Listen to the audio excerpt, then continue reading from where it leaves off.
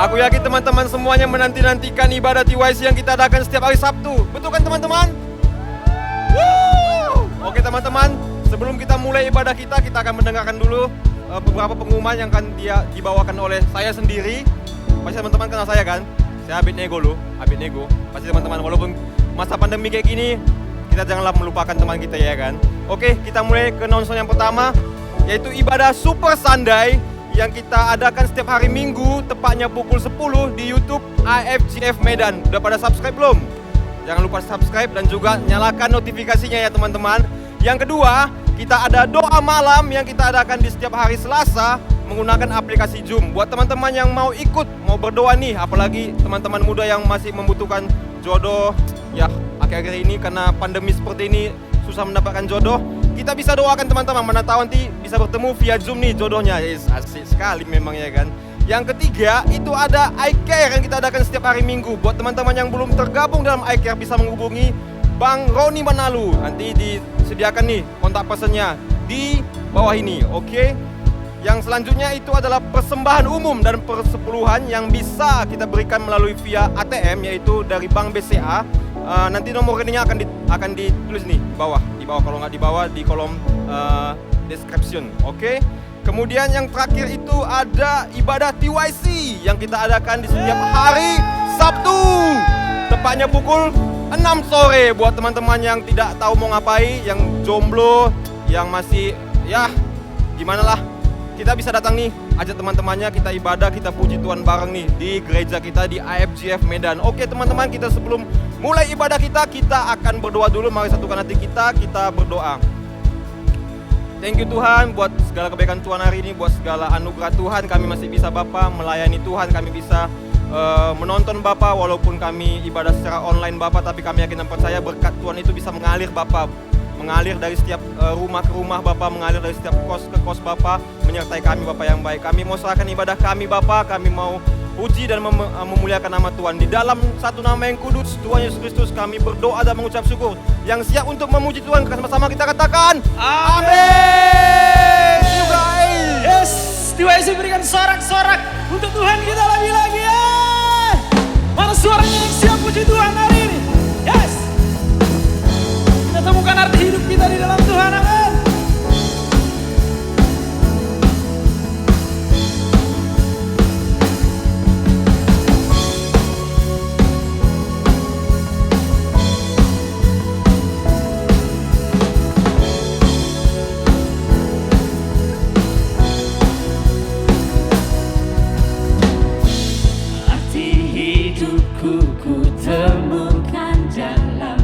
Yes, setiap janjimu menuntun langkahku. Takkan ku menyerah walau badai menerpa. Ku kan berlari dengan segenap kuatku. Selama mentari bersinar, selama bumi berputar, selamanya janjimu tak berubah di dalam hidupku. Selama nafasku berhembus, selama jantungku berdetak, selamanya ku kan ikuti setiap rencanamu Tuhan. Come on TYC.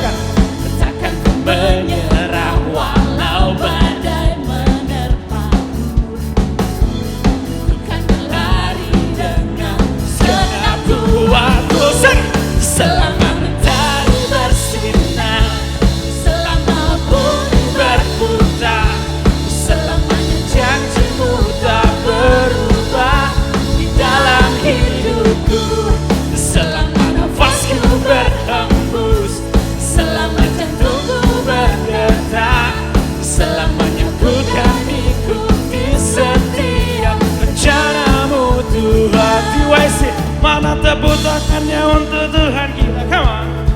Yeah. Yes.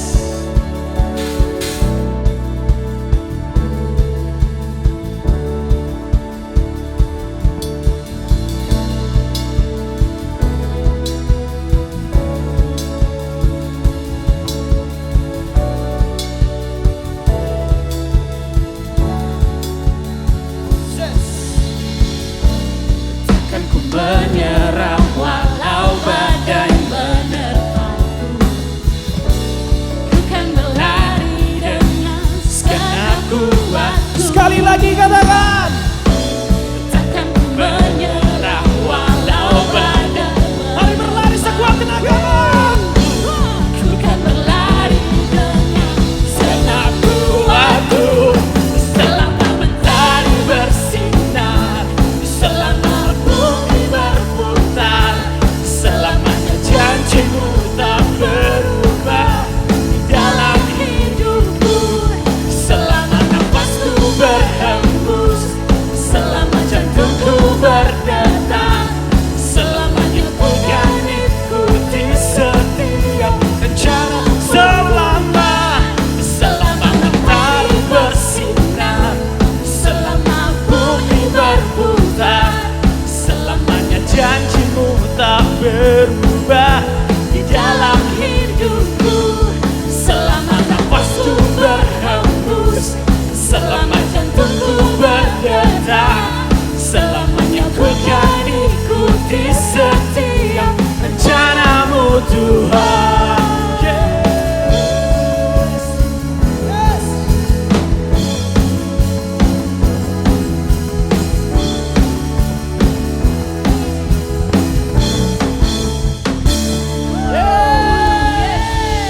Yes Lord. Thank you Lord, thank you Jesus. Mari siapkan hati kita tuh teman-teman untuk menyembah Tuhan. Come on guys.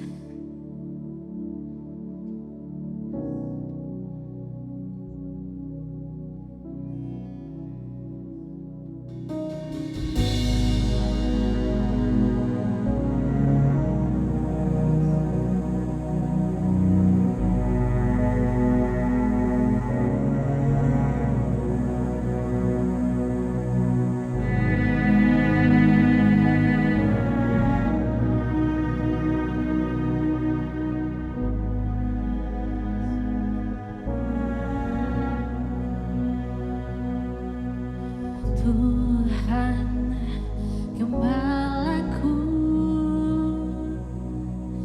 takkan ku kekurangan. Ia baringkanku di padang rumput hijau.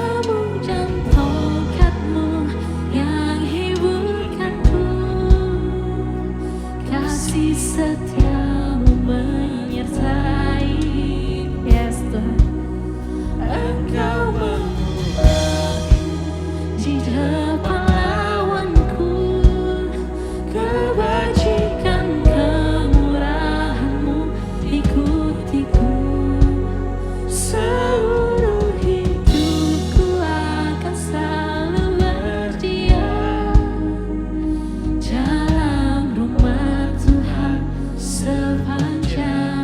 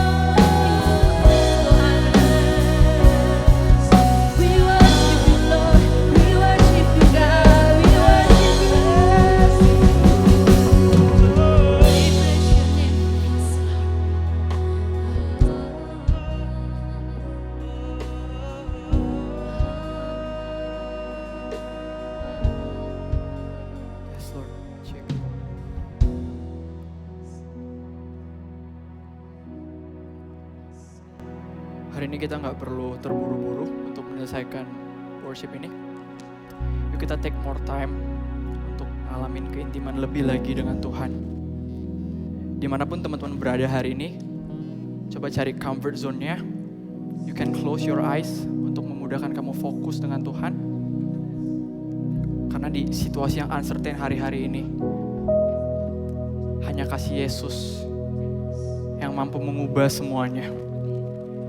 Hanya Dia yang bisa memprovide segalanya. Come on TYC. Thank you Jesus. Bawaku Tuhan Yes Lord. lebih dalam lagi. Ku terhanyut di dalam kasih-Mu. Benar Tuhan. Kami tunjukkan mata kami kepadamu. Tuhan, yes God. Mataku tertuju, jiwa kami berseru, jiwaku berseru. Hanya Kau yang bisa memuaskan, Kau yang puaskan dahaga hatiku. Bawa kami Tuhan, bawaku Tuhan lebih dalam lagi. Kami mau terhanyut dalam kasih Yesus. Ku terhanyut dalam kasih-Mu, dalam kasih setia di dalam kasih-Mu. Yes. Mata kami tertuju kepadamu. Mataku tertuju, jiwaku berseru. Kau yang puaskan, Kau yang puaskan dahaga hatiku. Bawa kami, bawaku Tuhan, yes, lebih dalam lagi. Ku terhanyut di dalam kasih-Mu.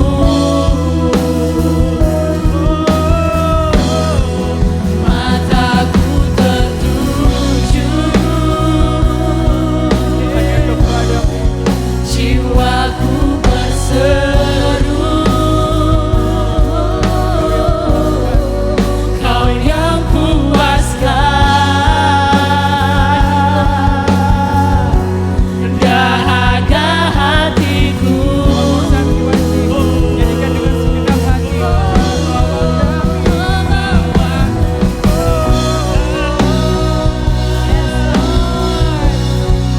Lebih dalam lagi. Ku terhanyut di dalam kasih-Mu.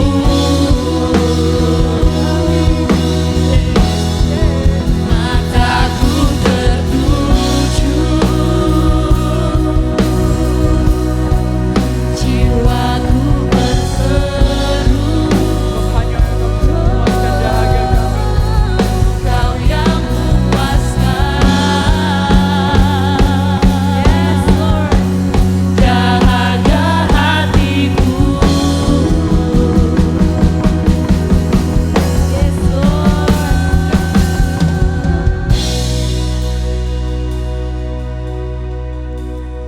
Thank you Jesus. Lewat pujian tadi kami benar-benar mengerti dan menyadari Tuhan bahwa hanya kasih-Mu, hanya kasih setia-Mu yang bisa menyediakan segalanya Tuhan. Yang bisa mengubah insecurity kami menjadi secure Tuhan. yang bisa menguatkan kami di saat-saat kami lemah. Dan hanya kasih-Mu yang benar-benar abadi di dalam kehidupan kami, Tuhan Yesus. Sebentar kami mau mendengar kebenaran firman-Mu, Tuhan yang berbicara kepada setiap kami pribadi lepas pribadi. Kami mau untuk mendengar kebenaran firman-Mu dan bukan hanya melewatkannya begitu saja, tetapi kami benar-benar bisa mengerti, kami mendapat hikmat, dan kami boleh menjalankannya, mengaplikasikannya, mengimplementasikannya di dalam kehidupan kami, dalam sehari-hari kami, Bapak. Terima kasih Tuhan Yesus. Hanya di dalam nama-Mu kami berdoa, mengucap syukur. Amin. Amin. Yes, Shalom TYC. Sebelum kita mendengar kebenaran firman Tuhan, kita mau sama-sama nyatakan deklarasi iman kita. Are you ready? Yes.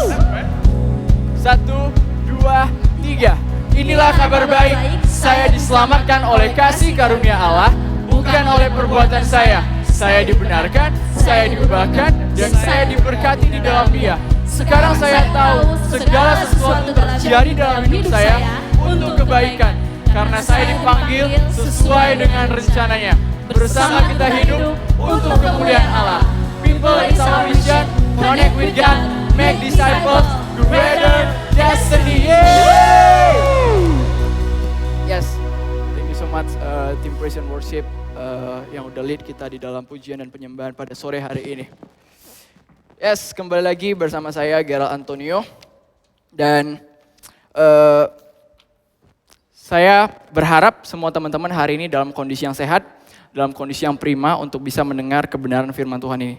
Tapi jikalau teman-teman mungkin berada dalam kondisi yang kurang sehat, mungkin hari ini saya berdoa di dalam nama Tuhan Yesus, pemulihan terjadi. Di dalam nama Tuhan Yesus, kesembuhan terjadi atas teman-teman. Saya dikasih topik berjudul New Way of Living. New Way of Living. Sebenarnya ini bukan satu topik yang baru ya, ini satu topik yang udah sangat sering dibicarakan oleh para pendeta, sering dibicarakan di gereja-gereja termasuk di gereja lokal kita IFGF Medan. Tapi biarlah lewat topik ini, saya boleh kembali merimain teman-teman semua bahwa topik ini adalah satu topik yang sangat penting, terkhususnya buat kita anak-anak muda TYC IFGF Medan. So kita bahas ya, New Way of Living. Saya tertarik untuk membahas kata new. New artinya baru gitu ya. New way of living itu artinya bisa diartikan cara hidup yang baru gitu ya. So kita bedah dari kata new itu artinya baru gitu ya. Jadi ketika kita katakan he is having a new car, orang ini tuh punya mobil yang baru. Nah ketika kita bilang orang ini punya mobil yang baru, mungkin dia punya fasilitas yang baru di dalam mobilnya. Mungkin kursinya lebih banyak dari yang sebelumnya, mungkin kecepatan mobilnya lebih tinggi dari yang sebelumnya. Atau mungkin kita bilang seseorang memasuki sekolah yang baru. Ketika dia memasuki sekolah yang baru, mungkin dia memasuki gedung yang baru. Dia punya teman yang baru. Atau dia mungkin beradaptasi dalam lingkungan yang baru. Dan mungkin juga dia punya kantin yang baru gitu ya.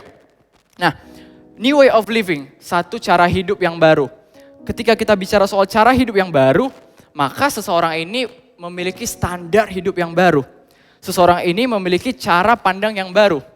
Seseorang ini memiliki dasar hidup yang baru. Nah, sebagai anak-anak Tuhan, kalau kita disuruh untuk bisa punya satu cara hidup yang baru, satu standar hidup yang baru, pertanyaannya, standar hidup siapa yang harus kita teladani? Dan jawabannya of course, standar hidup Tuhan Yesus gitu kan ya. Tapi masalahnya,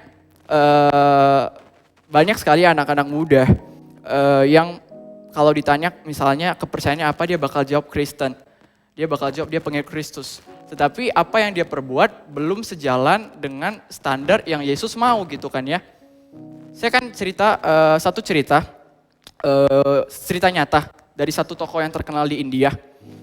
Bukan Shah Rukh Khan, bukan Amir Khan, bukan Salman Khan, bukan Amitabh Bachchan, bukan Rani Mukherjee, bukan juga Inspektur Vijay.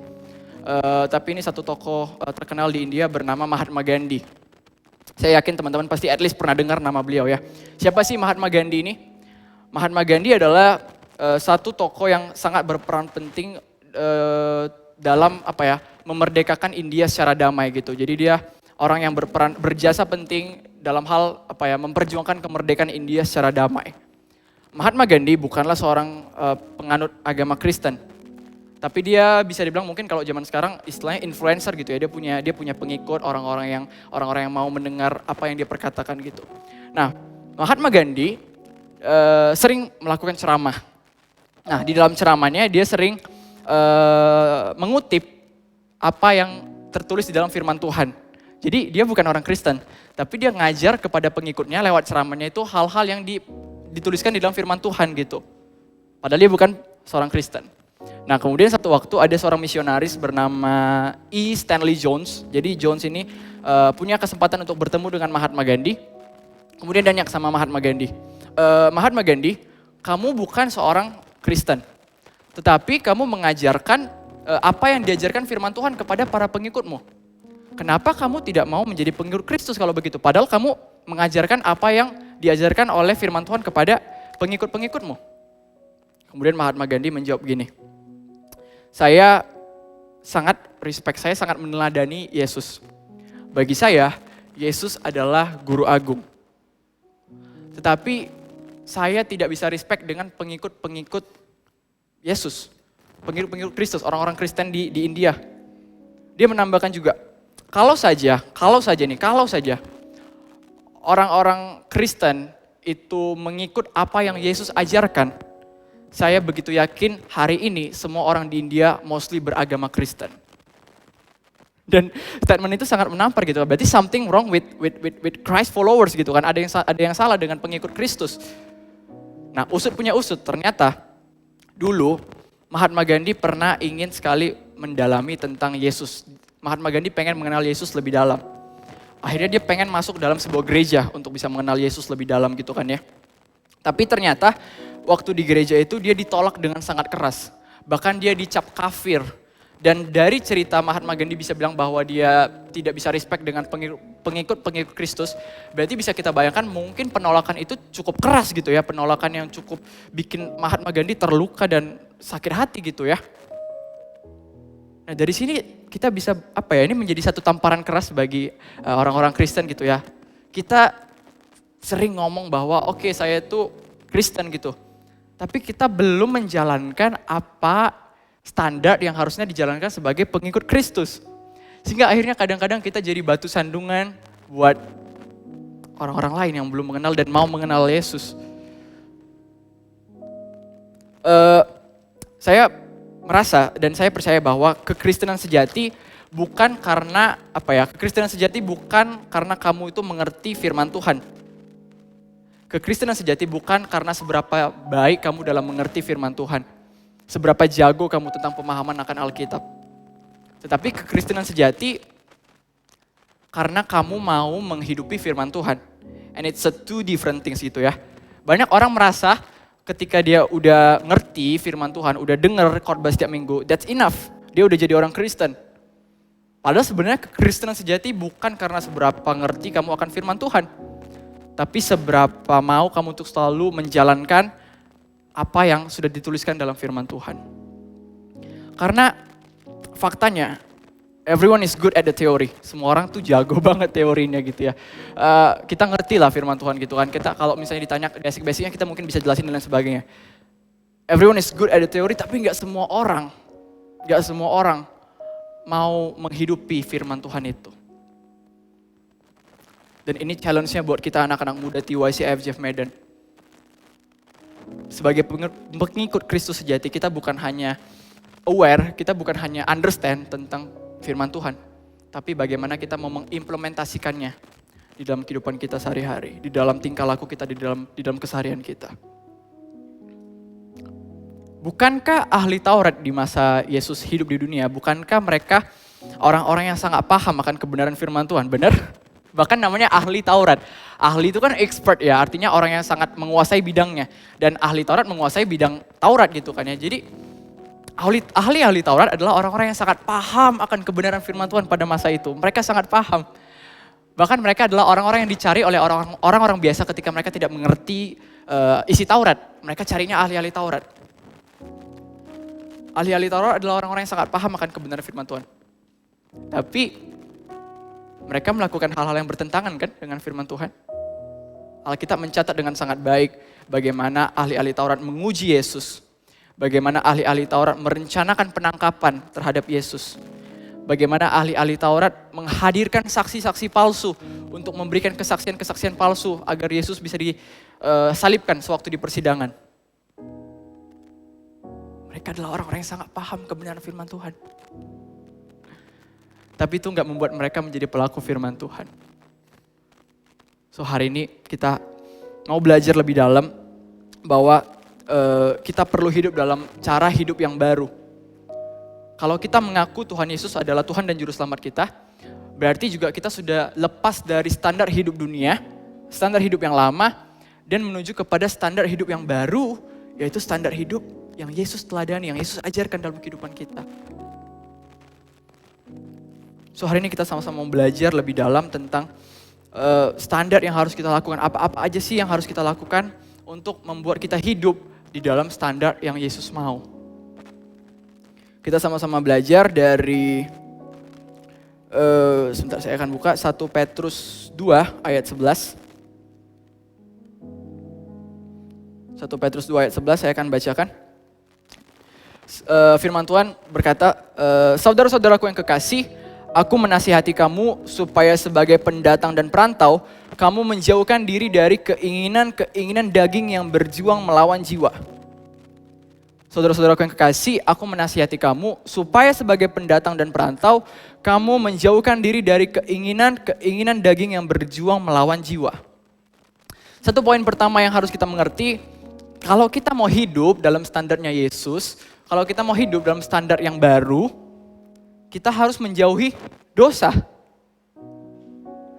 Karena simple, kita sekarang udah meninggalkan standar hidup kita yang lama. Dan kita udah masuk ke dalam pijakan yang baru, yaitu firman Tuhan sebagai landasan pegangan kita. Maka kita harus hidup menurut standarnya Tuhan, benar?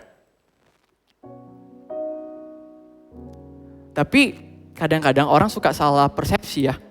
Karena orang-orang mengira Yesus itu sempurna, Yesus itu selalu hidup kudus, tak bercela dan lain sebagainya. Banyak orang Kristen ngira, oh kalau gitu berarti apakah standar hidup kalau kita mau hidup seperti Yesus harus sempurna, tak bercela, tak berdosa setiap hari? Kadang-kadang orang suka salah persepsi. Yesus bukan menuntut atau Yesus bukan mau kita untuk hidup sempurna, hidup tak bercelah, hidup tak berdosa setiap hari. No, Dia tahu kita manusia yang terbatas. Tapi yang Yesus mau, ini yang harus di-note baik-baik. Sebagai orang yang sudah hidup dalam standarnya Yesus, kita harus berusaha semaksimal mungkin untuk hidup kudus setiap hari. And it's a two different things, very different, beda banget. Tadi yang pertama kita kira bahwa Yesus itu menuntut kita untuk harus hidup sempurna setiap hari. Padahal yang Yesus mau, untuk kita berusaha semaksimal mungkin untuk bisa hidup kudus setiap hari. Karena Tuhan kita, Dia bukan Tuhan yang result oriented. Dia bukan Tuhan yang terlalu berfokus pada hasil.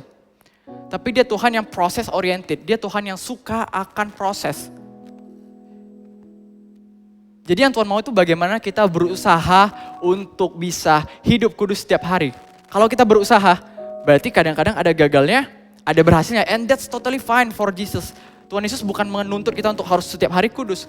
Tapi yang Dia mau, kalau kamu gagal, bangkit lagi. Kalau kamu gagal, bangkit lagi. Kalau kamu jatuh, bangkit lagi. So yang pertama yang harus kita mengerti, kita harus menjauhi dosa. Dan kita harus berusaha semaksimal mungkin untuk bisa hidup kudus setiap hari. Memang pasti akan ada masa-masa jatuhnya, akan ada masa-masa down-nya.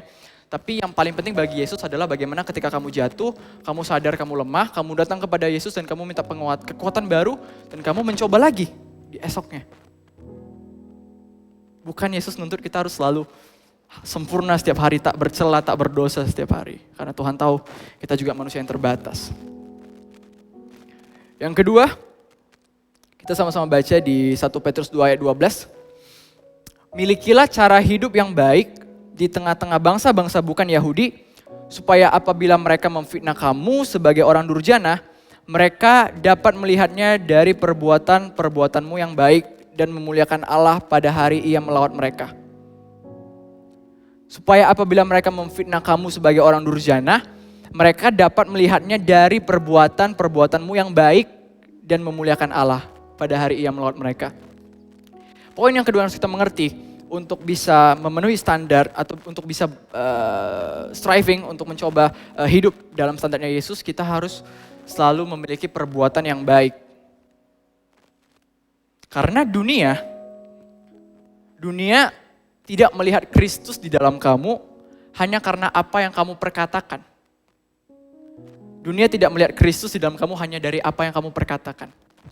Tapi dunia melihat Kristus di dalam kita. Dunia melihat Kristus di dalam kamu melalui perbuatan konsisten kamu. So, yang paling penting sebenarnya bukan seberapa kamu paham akan apa itu firman Tuhan gitu. Tapi seberapa kamu sering mencoba untuk menghidupi, menjalankan apa yang udah kamu dengar dari setiap kebenaran firman Tuhan itu. Nah, mungkin kita berpikir oke, aku akan berusaha untuk tetap melakukan perbuatan-perbuatan yang baik dan lain sebagainya. Tapi sometimes, ini yang sering saya perhatikan, anak-anak muda terutama, itu suka lupa untuk memperhatikan hal-hal yang detail atau hal-hal yang simple atau hal-hal yang kecil. Sehingga kadang-kadang mereka tidak terlalu menuntut diri untuk melakukan perbuatan-perbuatan yang benar di saat hal-hal itu hal-hal yang kecil atau hal-hal yang sepele. Padahal sering sekali saya menyadari orang-orang justru melihat karakteristik kita dimulai dari respon kita terhadap hal-hal yang kecil, hal-hal yang sederhana, hal-hal yang simple. Saya ambil contoh, ini biasanya laki-laki nih. Ketika kita main games gitu kan ya, pasti anak-anak cowok suka banget main games ya. Ketika kita main games, mungkin kita punya teman-teman kan, kita main bareng nih, mabar ya kalau istilah zaman sekarang. Kita main bareng, terus mungkin kita waktu lagi satu ronde itu kita kalah. Atau mungkin ada sesuatu yang bikin kita kesal, mungkin jaringan putus atau apapun dan lain sebagainya. Mungkin tiba-tiba ditelepon jadi harus keluar dari gamenya kan, sering banget kayak gitu kan ya. Ketika terjadi hal seperti itu, kita secara spontan respon dengan ngomong bahasa yang kotor, ngomong bahasa yang kasar gitu kan. Spontan aja nih, nggak diatur. Waktu kita lagi ngomong, waktu kita lagi main game, tiba-tiba gara-gara kita kalah atau something happen, kita spontan ngomong kotor. Kalau kita pikir-pikir how they can see Christ in you kalau kamu meresponi sesuatu dengan perkataan yang tidak membangun gitu kan ya. Sometimes kita suka miss sama hal-hal yang kecil kayak gitu. Simple kelihatannya. Tapi dari situ orang-orang bisa melihat apakah ini orang adalah orang yang memancarkan Kristus atau enggak di dalam kehidupannya. Hal simpel lainnya yang mungkin bisa kita lakukan untuk menjadi pertanda bahwa kita adalah orang-orang yang belajar untuk menghidupi firman Tuhan. Misalnya mungkin ini cewek sering ya. Ketika dia mungkin abis dikhianati sama orang gitu kan, ditipu sama orang atau dijahati, dia curhat nih sama temennya kan. Terus dia udah curhat panjang lebar, mungkin temennya bilang kayak ya udah balas aja, jangan tinggal diam, lu kok bodoh banget sih, gitu mungkin ya. Tapi di saat kita mungkin bilang dengan yakin bahwa ya saya sakit, saya tersakiti. Tapi saya mau memutuskan untuk tidak membalaskan dendam saya dan saya mau memutuskan untuk mengampuni dia. Kelihatannya kalimat simpel, tapi dari situ teman-teman kamu bisa melihat bahwa ada Kristus di dalam kamu. Mereka bisa melihat bahwa standar yang mereka miliki udah beda dengan standar yang kamu miliki. Contoh lainnya, mungkin ini biasanya anak-anak rantau perkuliahan gitu ya. Mungkin kita anak-anak rantau, kita kuliah di Medan kan, berarti mungkin orang tua kita di kampung atau di kota lain gitu kan ya. Terus mungkin kita berarti beda gereja kan, beda tempat. Kita mungkin ditanya sama orang tua kita, kamu tuh selain kuliah di Medan kegiatannya banyak kan ngapain sih? Terus kamu jawab, aku tuh pelayanan. Aku tuh anak pelayanan gitu kan. Jadi kamu nge-branding diri kamu adalah pelayan Tuhan gitu. Tapi ketika kamu bukan tiba-tiba sih, mungkin ketika kamu ditegur sama orang tua kamu dinasihati sama orang tua kamu langsung spontan ngebentak orang tua kamu. Kamu langsung spontan melawan orang tua kamu, membangkang apa kata mereka. Mungkin alibi, aku anaknya, udah bebas dong. Pasti orang tuaku menerima aku apa dan sebagainya. Tapi dari situ mereka bisa melihat sebenarnya Kristus ada di dalam kamu atau enggak. So penting sekali sebagai anak-anak Tuhan yang mau hidup dalam standarnya Yesus. Kita harus belajar sekeras mungkin, berusaha setiap hari untuk bisa melakukan perbuatan-perbuatan yang baik. Karena dari situ dunia bisa melihat apakah ada Kristus di dalam kita atau tidak.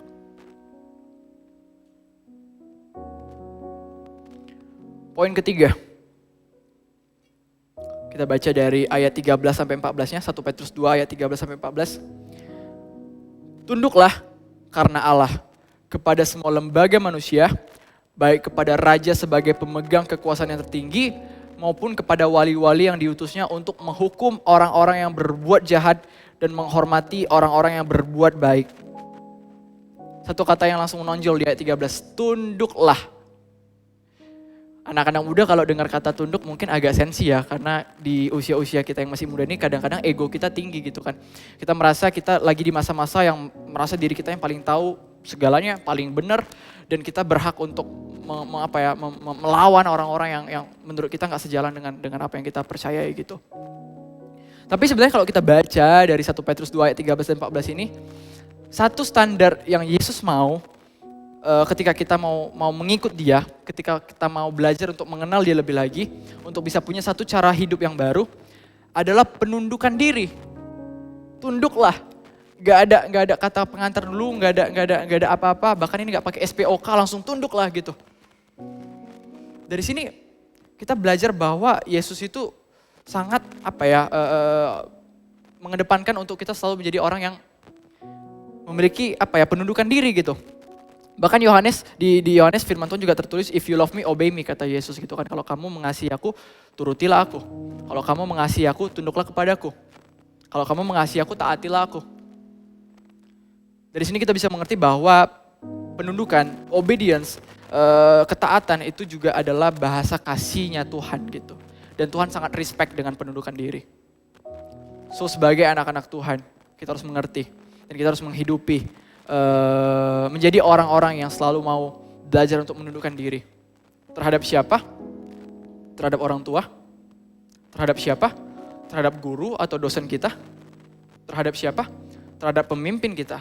Baik itu mungkin pemimpin di gereja, pastoral kita, mungkin itu I-Care coach kita, mungkin itu I-Care leader kita, mungkin itu ketua koordinator kita, mungkin itu komting kita di kampus, mungkin itu ketua organisasi kita, mungkin kita sedang sambil bekerja atau magang dan kita punya ketua di sana. Kita harus respect sama pemimpin kita. And I know it's one of the hardest challenge bagi anak-anak muda gitu kan ya, untuk bisa menundukkan diri. Tapi saya begitu percaya di dalam Tuhan, ketika memang kita mau, pelan-pelan Tuhan akan help us gitu. Tuhan akan membentuk kita menjadi orang yang mau menundukkan diri kepada pemimpin kita, kepada orang tua kita, dan kepada guru kita. So penting banget untuk sebagai anak-anak Tuhan, kita ngerti salah satu identity kita, salah satu hal yang menonjol daripada anak-anak Tuhan tuh, dia selalu respect others, dia selalu obey sama otoritas dia. Dia adalah orang-orang yang mau mengalami penundukan diri. Amin.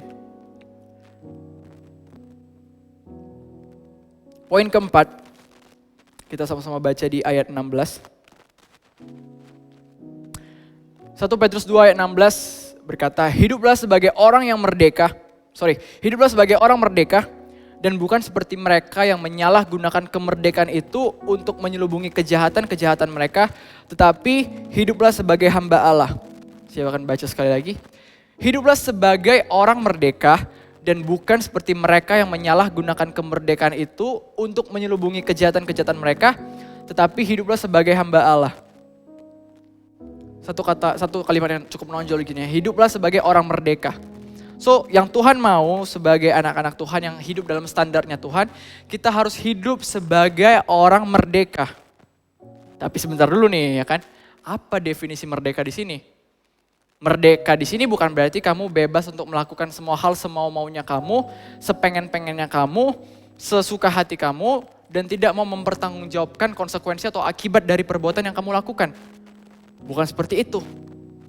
Tapi yang Tuhan mau, merdeka di sini berarti kamu punya hak dan kewajiban untuk melakukan apa yang benar.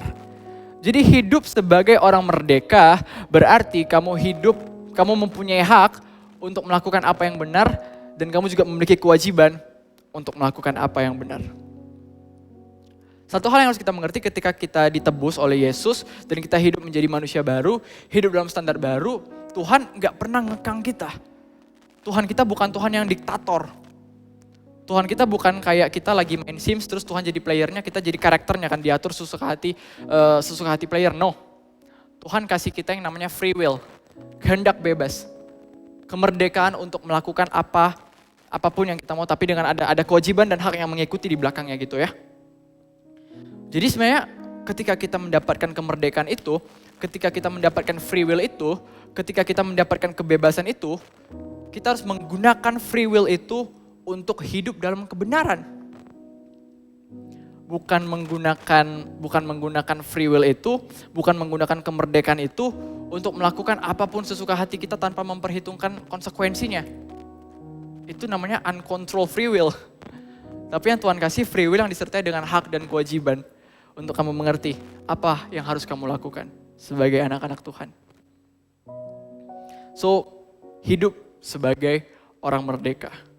Jangan hidup dalam ketakutan, jangan hidup dalam bayang-bayang dosa-dosa yang kita rasa selalu mengikuti kita dan yang sebagainya gitu. Tapi hidup sebagai orang merdeka yang percaya bahwa Tuhan udah pegang masa depan kamu dan kamu hadir dikasih free will, kehendak bebas untuk melakukan sesuatu yang benar, untuk hidup di dalam kebenaran.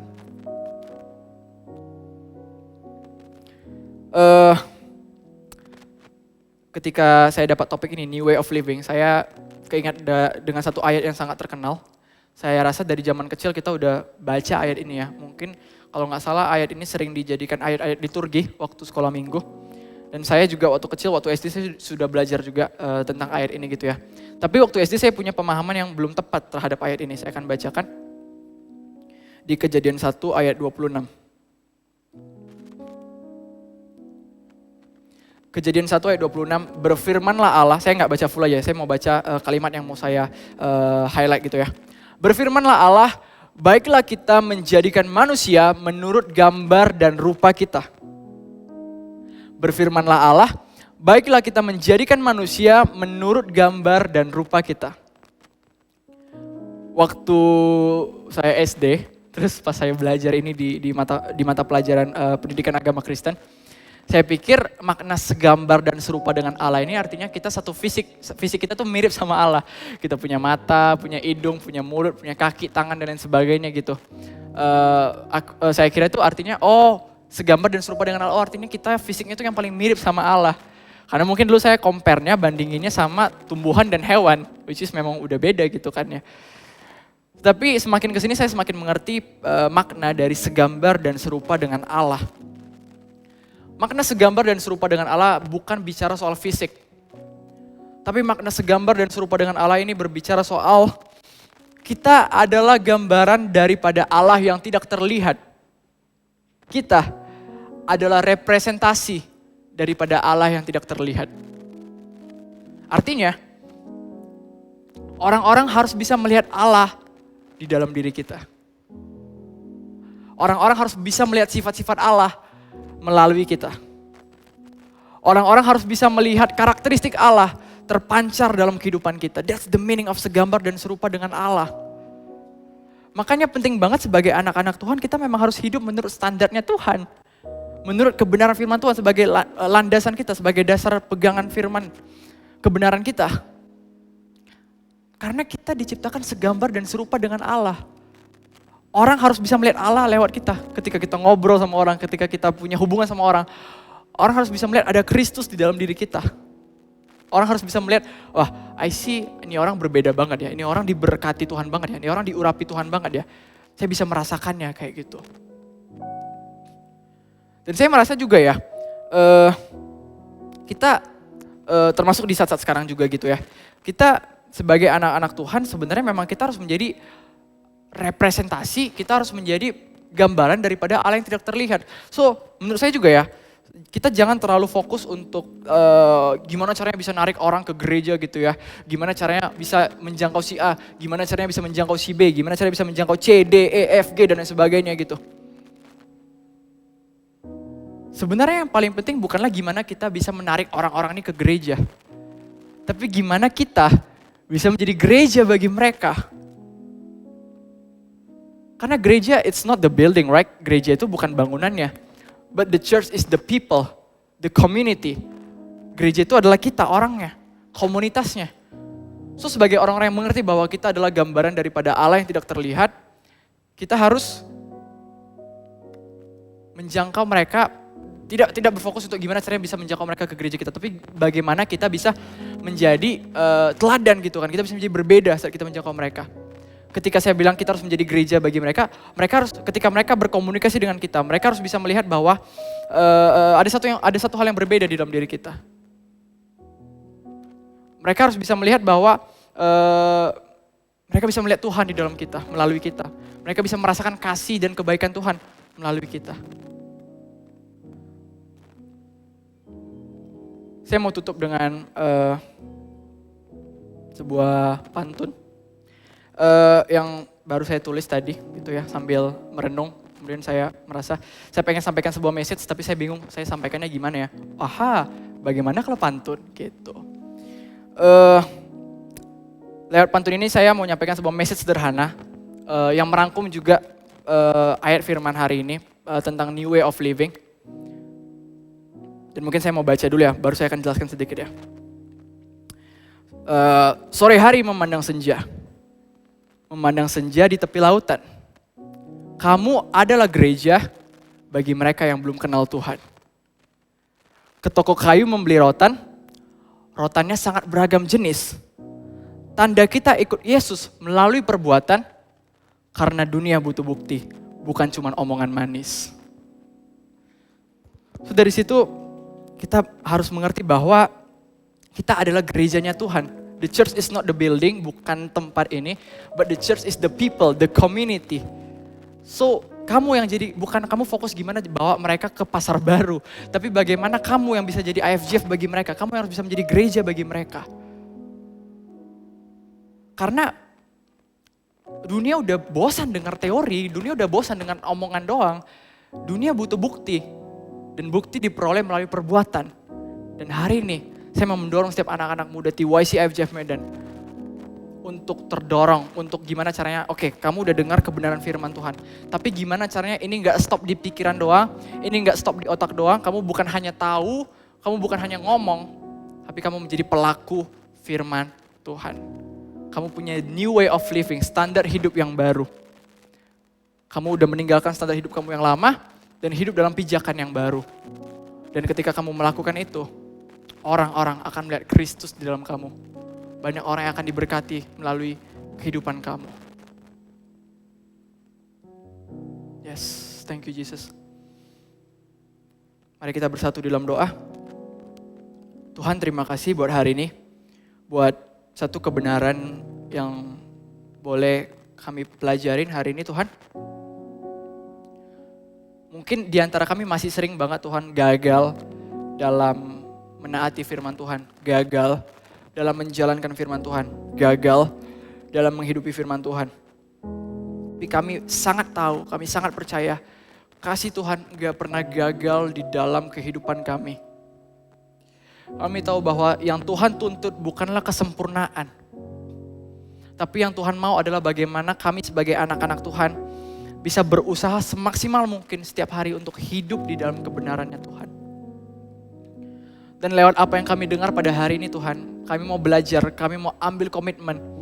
Kami bukan cuma mau jadi pendengar firman Tuhan. Tapi kami mau menjadi pelaku firman Tuhan. Karena kami tahu dunia bukan melihat Kristus di dalam kami melalui apa yang kami ucapkan. Tapi dunia melihat Kristus di dalam kami melalui apa yang kami lakukan, apa yang kami perbuat. So hari ini kami mau buka hati kami Tuhan. Untuk Tuhan boleh proses kami. Untuk Tuhan boleh bentuk kami dari hari ke hari menjadi seseorang yang benar-benar menjadi pelaku firman Tuhan. Kami mau buka diri kami untuk ditempa oleh Tuhan. Agar kami boleh menjadi alat-Mu, agar kami boleh menjadi bejana-Mu. Dan lewat kehidupan kami, banyak orang yang mengerti akan Tuhan. Banyak orang yang mengalami Tuhan. Banyak orang yang akhirnya mengakui Tuhan sebagai Yesus dan Juru Selamat. Terima kasih Bapa. Hanya di dalam nama-Mu kami telah berdoa, mengucap syukur. Haleluya. Amin, amin, amin, amin. Thank you TYC. Semangat terus untuk menjalankan firman Tuhan. And don't forget to join the service next week. And see you. God bless. Selama mentari bersinar, selama bumi berputar, selamanya janji-Mu tak berubah di dalam hidupku.